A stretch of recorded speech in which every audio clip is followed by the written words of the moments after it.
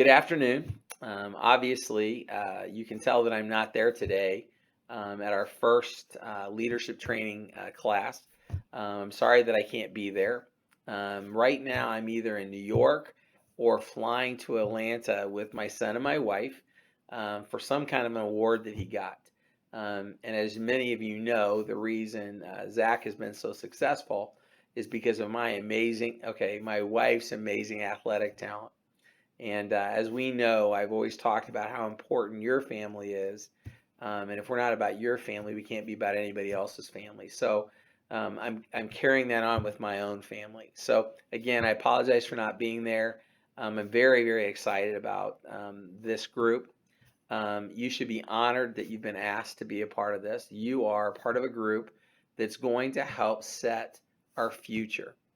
You're part of a group we're going to be able to give questions to and different projects to be able to have you work on. Please understand that if you've decided to be a part of this group and you're not looking to do more, you're not looking to the future, if you're not looking to be challenged, this is probably the wrong group to be a part of. We did this years ago, and like anything else, kind of like my diet, I have great success with my diet and it's going so well, I stop it. And we did leadership group for a long time, and we had great success with it. And for some reason, we stopped doing it. Kevin Hedrick proposed this several months ago, and we have talked about it as leaders about how important it is to have you be a part of our strategic planning process, helping us know where we are today, where do we want to be in the future, and how do we get there. That's really what this is going to be about. In addition to that, that's kind of the work side. We also hope to use this as a time to have some fun, to do some team building exercises, to do some fun things as well. My theory is that when we get to know each other, when we have fun with each other, when we build relationship, when trials and tribulations come, and they will, we can lean on those times. We can say, I know that person. I've been in meetings with them or I've had fun with them. The ability to be able to move forward is so much easier when you have relationships. And it's hard for me, unfortunately, instead of having 17 employees when I started, we're going to be moving into 600 next year and we need your help.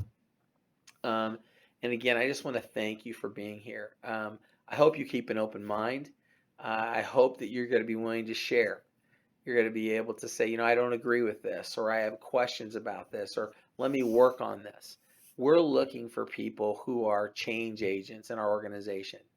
We're looking for leaders. We're looking for people who want to help us be where God wants us to be.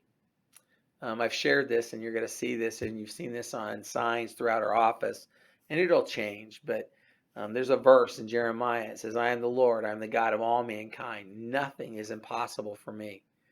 And the reason I put that up is that there are many people that have said, as an organization, we can't do that. That's impossible.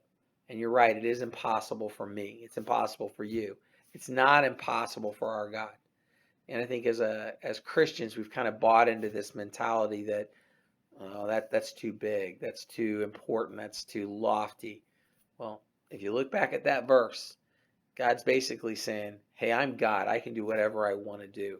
So we want you to be a part of helping us do the impossible. Imagine that, doing the impossible. What's that mean? Well, some people would say taking an organization from 17 to 600 would be impossible. I would have been one of those. What does it mean for us to be what God wants us to be? What's it mean? How big does he want us to be? How far outreaching does he want us? How many people does he want us to touch? I don't know. Maybe he wants us to be just the size we are. And if that's okay, if that's what he wants, I'm okay with that. I don't believe that God has brought us here for us to stop. I think he's brought us here to do incredible things, to do things that people are going to look at you like they've done to me. Mark, you can't do that. You don't really believe that. That's impossible. And you know what? I don't believe it.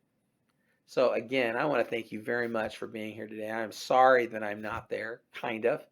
I'm really excited about being with Zach. I'm excited about being with Colleen. And this time, it's fleeting. It's going so fast. It's hard to believe. And thank you for, your grace and letting me not be there. Be kind to Kevin.